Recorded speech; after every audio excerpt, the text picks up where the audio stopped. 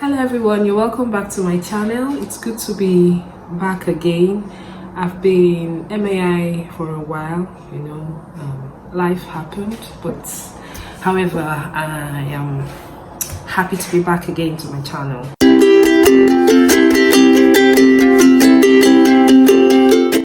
So today we'll be talking about a popular demand in my channel, which happens to be things you need to know about Northern Ireland before relocating.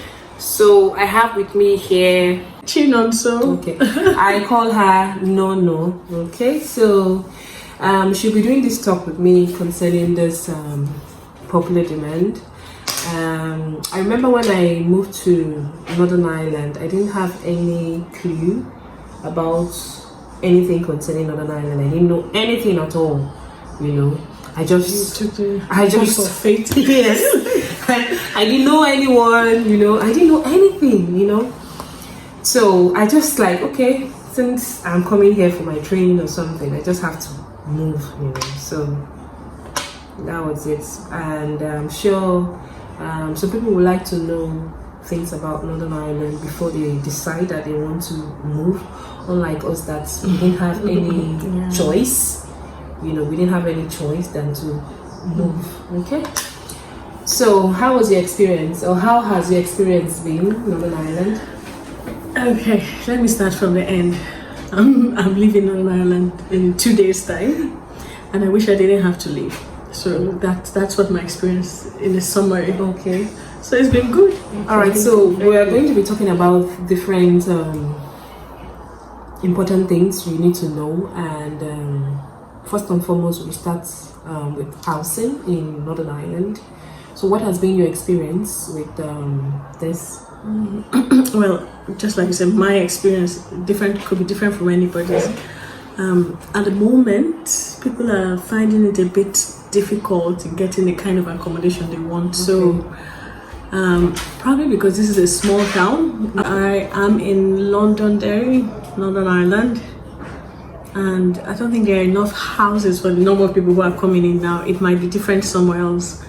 My experience was initially, it took me a month or so to find somewhere to stay, which isn't too bad because I was staying in hospital accommodation. And thereafter, because I wanted to move out of where I was staying, I found it a bit tricky to find what I wanted.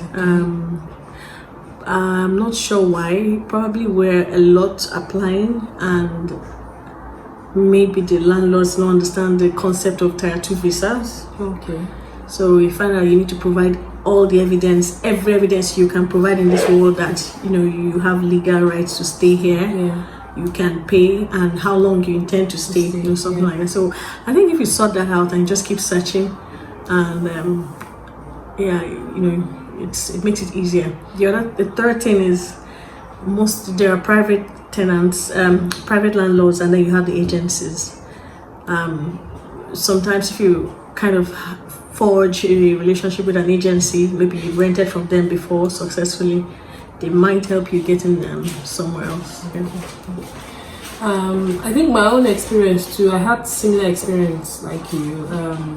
I think the first time I moved to Northern Ireland, before I got my first accommodation, like where I rented, oh my god, where it was pretty difficult because I was not here, because you need to view the apartment yourself, you need to view the accommodation yourself, and I mean, it was difficult for me because I didn't know anyone here. It's just I was lucky that someone had to link me with someone that was helping me to view houses here, apartments here, and she viewed like say more than 3 or 4, and it wasn't what I actually wanted, but finally I got a place, and that was it. Yeah. Cool. But the second place I moved to here in Londonderry, I saw hell. Like before I saw an accommodation here in Londonderry, it took me like more than 5 months. I've been looking for an accommodation. Yeah, it took me more than 5 months, because when I knew that I was coming to Londonderry, I had to start looking for accommodation. Let me see, from I started looking for accommodation, let me say, from last year, June, July. Wow. And I got a place in December. Yeah. I got a place in December. Well, So I it can was understand really difficult, you know, it was really difficult getting a place. Like, you have to view, after view, at the end of the day, you're not given the accommodation, you know, despite you submitting all the documents that you need and everything, you know. But I don't know. I don't know if there's if there's a particular criteria that the landlords, you know, use, you know, because you have everything, you know. I would say overall, looking for accommodation is pretty difficult. It's one of the downsides. Yeah, it's one of the downsides, and I think that's how it is in other parts of UK. Okay. I think that's how it is. Not very sure, but I think that's how it is, because I remember when my friends are looking for, you know, accommodation, what they need to go through and everything, you know. So I think it's a general thing, you know, in UK, getting an accommodation, especially if you are immigrants, you know. Yeah.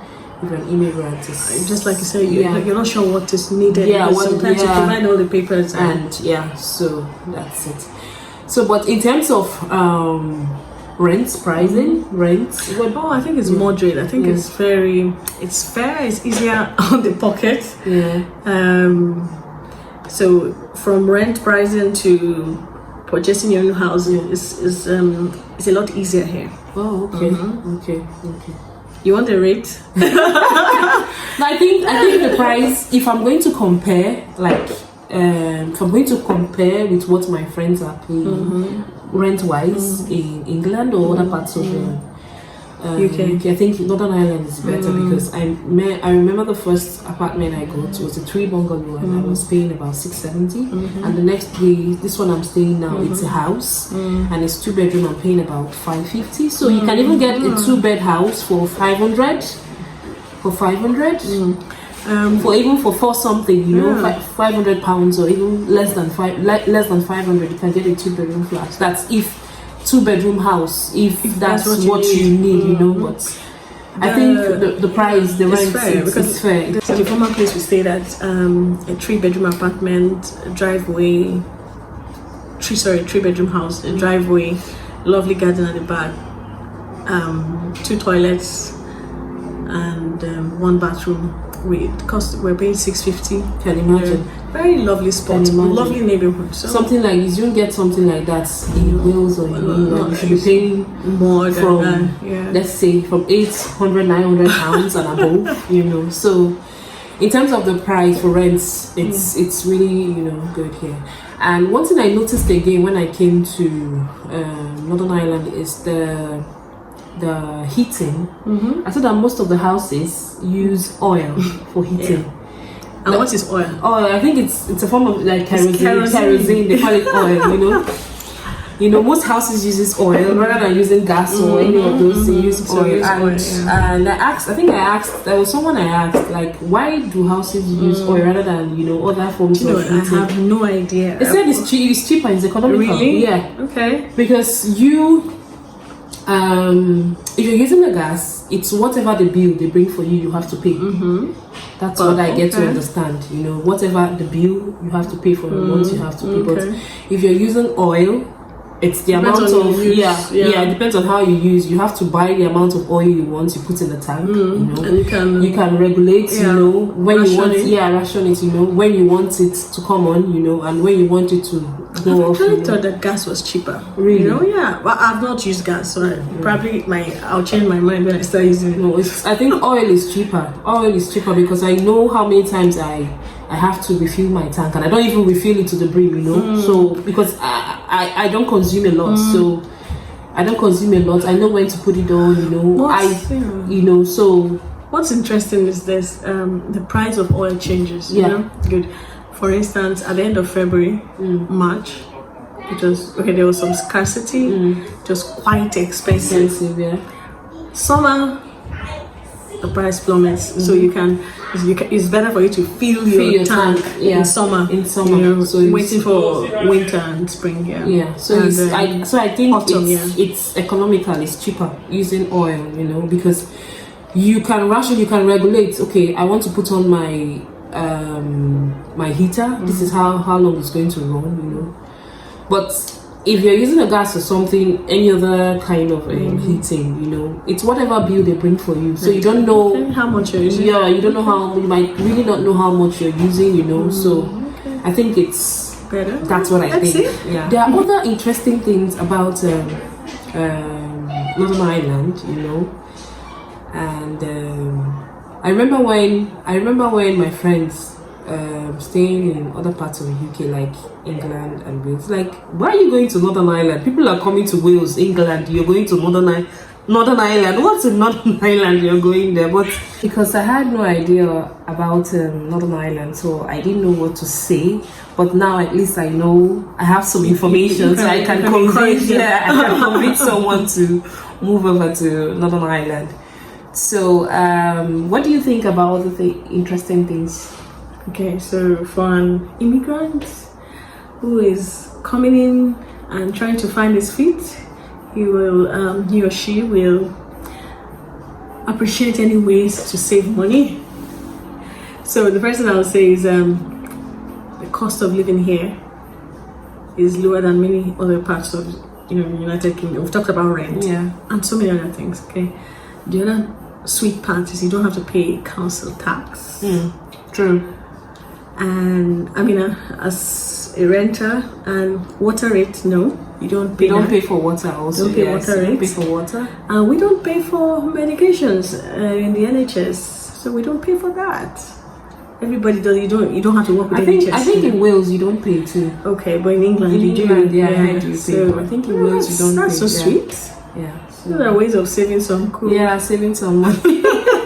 You don't pay for council tax. You don't pay for water and your medication prescriptions. You don't pay for that. That's something. Those are good ways of tempting to move to come over to come over to Northern Ireland. I don't think so. Like, yeah. Alright. I love nature. You know, I love nature loving person. Not like I do a lot outside, but I just love to see greens. So if you come here, you're going to see lots of greens. The environment is green. Yeah. Your trees, your the grass, the hills and the mountains and stuff like that. So it's beautiful. It does something to the soul. Northern Ireland is beautiful. Like, it's if you want to actually look for places to go to visit, like for tourism or just for vacation, Northern Ireland it's a good place. And then the coast, also beaches, beautiful. Beaches. It's sweet. I think I did some videos about the places I visited in Northern Ireland. I urge you to visit more places than I did.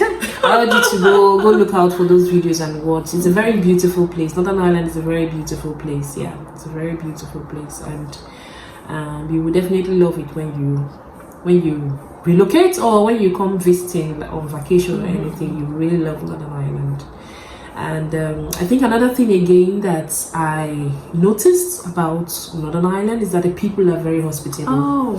They are very lovely. They are very lovely. At least my friend can testify. My friend that came all the way from England came all the way from England to visit me. She was like, what? Like, from the park.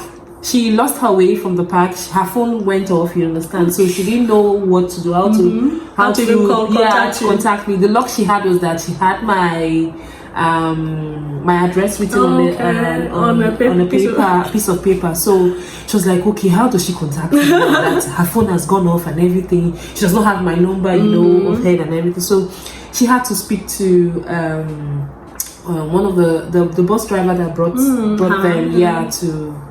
to my town. So he was like, it's something you can walk, you can walk, you don't need to take a taxi, you can walk it, you're not carrying any heavy load, you understand, you can walk it, you understand. So okay, so she was walking, but she still missed her way. She was just going from houses to houses, knocking, asking and everything. So she was like, so she's like, people were like trying to, they were responsible, trying to help, you understand.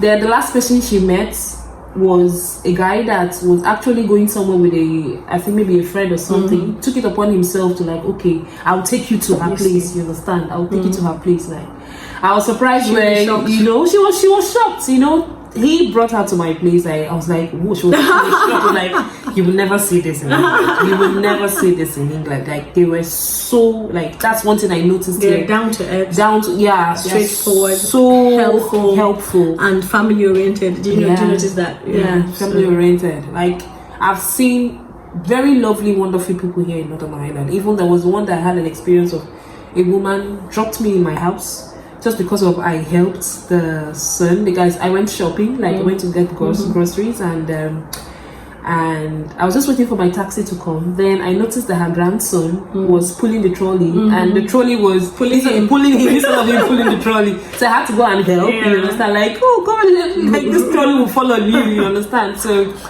So I think just because of that act I did, and the woman had to ask me, "Are you waiting for someone?" I said, "I'm waiting for my taxi." Like, okay, don't worry, just come in and I'll drop you. You know. And funny enough, she wasn't even going my direction, so she just went, drop me, and turned. I was like, wow. So my neighbor, my former neighbor used to take me to work. In fact, she would time me, and she would not drive out until I'm going to work, and then she would take me to work.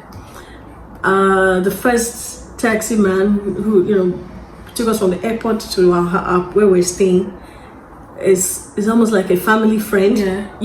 That's how friendly they are. I also remember there's this taxi guy then when I wasn't driving. There's this taxi guy then that normally, I don't know how they do it. Most of the time he's the one that comes to pick me from the house to the train. You understand? And you know that, let me say for example, if this man has picked me for like 10 times, I have never paid for like 8 times because he refused to collect money. He refuses to collect money. You understand? Like, no, like, I mean, like, but I'm paying. Like, like, no, it's like, I was like, what the hell? You're a taxi driver. You know this? Like, no. I was like, okay. Serious? I was like, oh my god. No, and the other thing, besides being friendly, they're straightforward. Yes. They tell you as it is. Yeah. And again, they kind of like encourage the family setting. Yeah, they're family oriented. Yeah, they're family oriented. I don't know how to explain that, but you have the feel, they're family oriented. Yeah. One thing you need to know is that it rains a lot here in Northern Ireland. Just get ready. It rains a lot. Like, you can just come out and see it's sunny, and the next thing, 2 minutes later or a minute later, it's raining. That's why they have lots of greens. So they can have greens without rain. You see, that's not my accent. You can have greens without rain. That's the accent. So that's the thing. So just get ready. It rains here. It rains. 1 minute is dry. The other it's raining. It's wet. And then it starts to snow. Yeah. So the same day. So the weather here has mood swings. I'll say it has. Yeah. Mood swings. One thing I also got to find out about Northern Ireland is that you can only come to Northern Ireland from England, Wales or Scotland through flying or using a ferry. So there is no... You can drive now. Yeah, you can't drive. There's no land, like there's no road links, you know. So the only way you can come to Northern Ireland is either flying or using the ferry.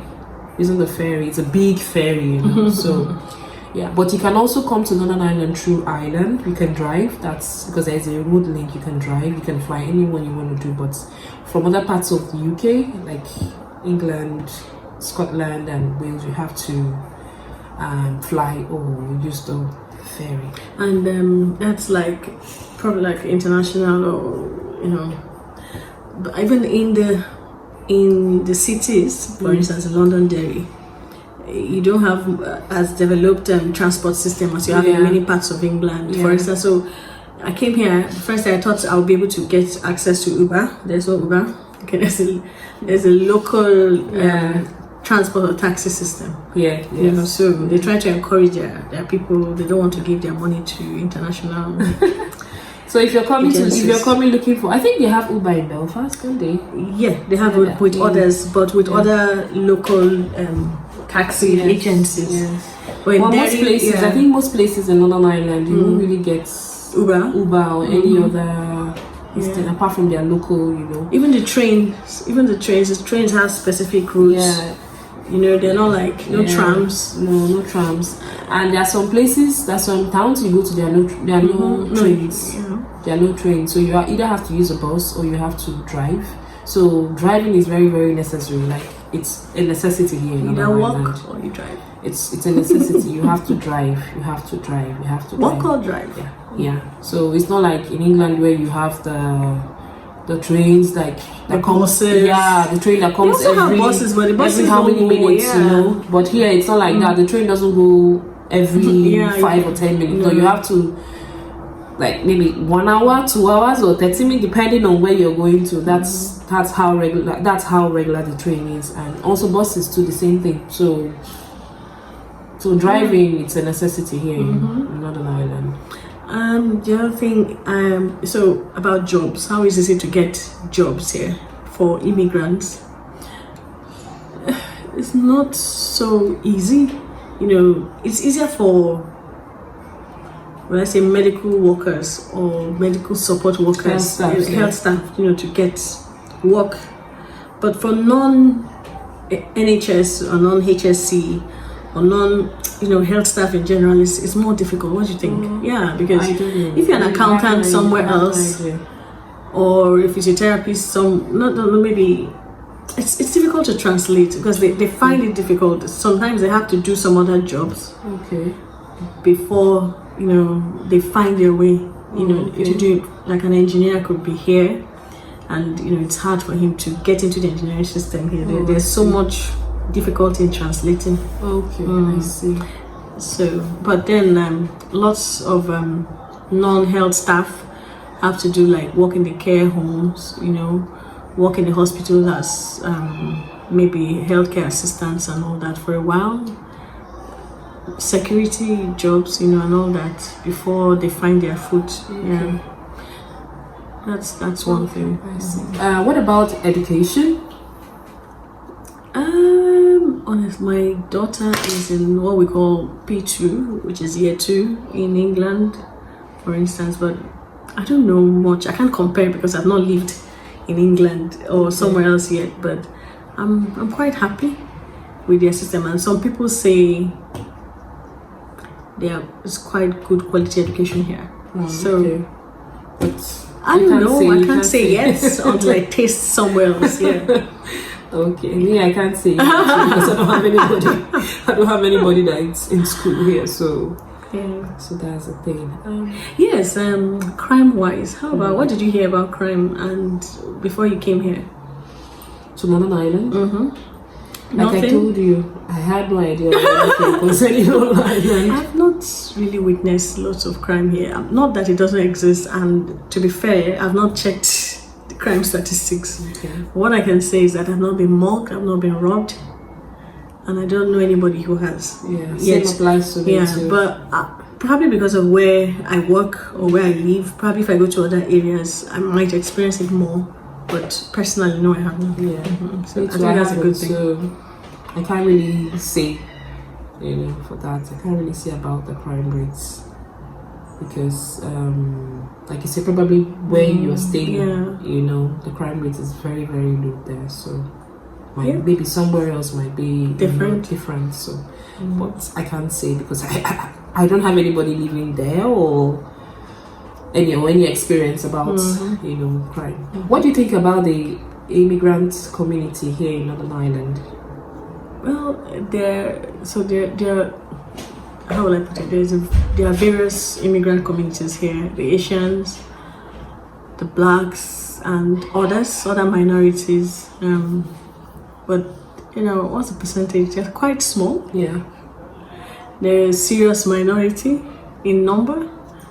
And but it's a growing community, especially Black community is growing because more and more international students are coming, more and more health workers are coming. So why they won't come if they're not welcoming? If the people are not welcoming, so it's growing slowly but steadily. Yeah. You can't compare the community here to that of England. No way. England, you can count how many non-indigens or non-natives Yeah, you can find here. Yeah, and there's some places you can even go to, you won't even see any black. You won't even see any Asian, you know. So to tell you that the community is small. It's quite minor. Yeah, it's small. It's small. But that shouldn't deter you from not coming. Oh, but even though it's small, I think they are quite strong. Yeah, the community is quite strong and supportive. Yeah. So just on the side, and to make your hair on a long thing. So you better either know how to make it or you travel. Yeah. You know to make it. Well, there are a few people who know how to make it. Very few people. Yeah. That's one of the difficulties we go through making our hair, you know. So people have to cut their hair. Like I cut my hair after staying here for 3 months, just stressful. So it's either you know how to make your hair yourself, or just you have to start wearing wigs, or you have to travel. You have to travel to Belfast or anywhere else. You have a hairstylist or someone knows how to do a kind of hair. Yeah, so you have to. So those are one of the challenges we really ladies go through. Yeah, I want to add the guys too. People who know how to shave their beards correctly. Yeah, and their hair. Their hair. So because our hair, we have different texture, you know. So they have to look for a salon that actually knows how to handle the kind of texture of hair. Yeah. Oh, that's not a deterring factor. Okay, I can't think of anything else. All right, so I think that's all we could remember, you know, concerning this beautiful place called Northern Ireland. So with our points, with these very few points of ours, I hope we'll be able to convince you and not confuse you to choose an island. Yes, choose Northern Ireland, you know. Move to Northern Ireland, or one of these days you can visit Northern Ireland and see for yourself what we have said. Okay, so thank you very much for watching, and click the subscription button, share this video, and also click the notification button, okay, so that once I release another video, you'll be the first to know. Okay. And if you have any question, or you think there are some things that we didn't touch, so you just comment on the comment box, and I'll try to get back to you. Okay. All right. So we are signing out. See you in my next video. Bye.